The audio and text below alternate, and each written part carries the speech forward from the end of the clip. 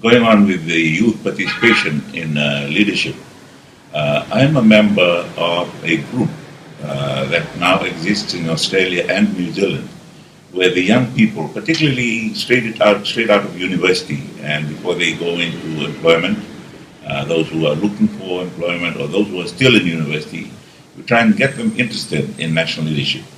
And we run the National Student Leadership Forum. It's more of the post-high school years. In fact, after graduation, a lot of the people come into this movement, where young people are exposed to the national leadership level of people, particularly government members of parliament and the opposition members of parliament in both Canberra and Wellington.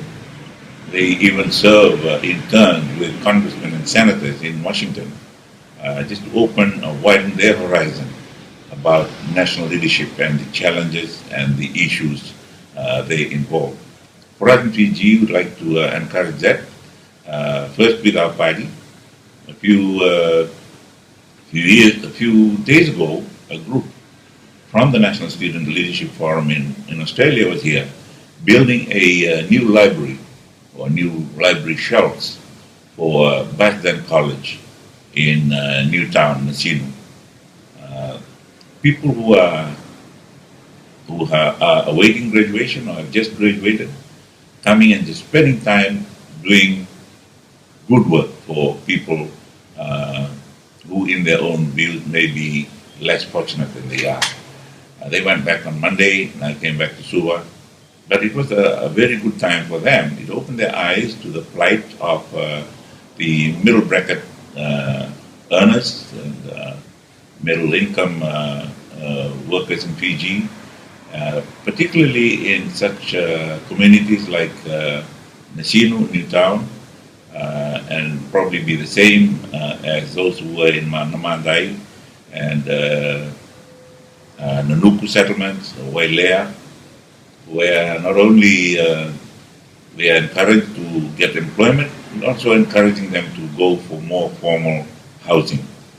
I was saddened a few days ago to read about a lady from Vunulevu who said no government had ever considered moving them and housing them in better accommodation, whereas the Alliance government and the SVT-led coalition and Mr. Ngarase's SDL government all had housing programs where people were moved from the informal housing sectors, or what we normally call the squatters, to more formal, where they owned titles to their long lease housing lots, or even houses that were ready built for them. We saw one that Kevin Barr had just developed in what used to be Vingua or G2 Estate. Those are the programs that have been ongoing. It's not something new that this government or has come during their time. It was there before. They're just continuing something good, and it's something which we in SODELPA believe should be continued. When you look at the poverty issue around the world, and I do not mean to be derogatory to anybody, but forces of some circumstances beyond our control make us graded as either poor or not so poor and rich and very rich. There are so many things that are available and can be done, and it boils right down to whether you have land or not, whether you can take a bankable document or not. One of the former vice presidents of the World Bank wrote a very nice book. It's called The Mystery of Capital.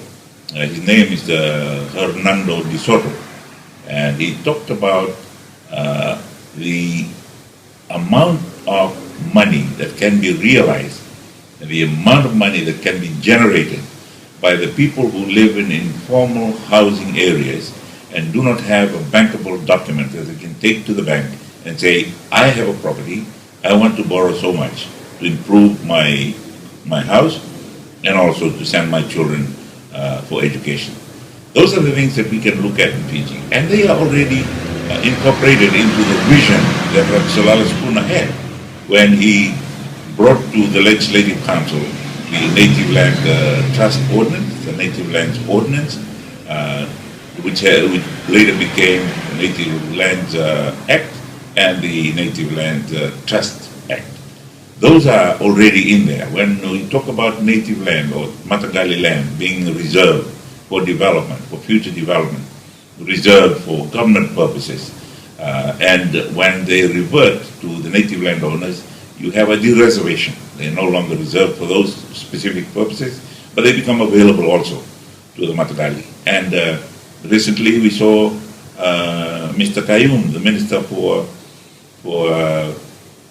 almost everything, the Minister for Finance, talking about giving money to tribal landowners in villages around Suva, around the main urban areas, and allowing them to have subdivisions of their tribal land to be used for formal housing for those living in those areas. Those are things that had been done and continue to be done and will be done. So it is nothing special about this current Fiji First government. It's something I have done during my time when we moved the squatters, the former squatters of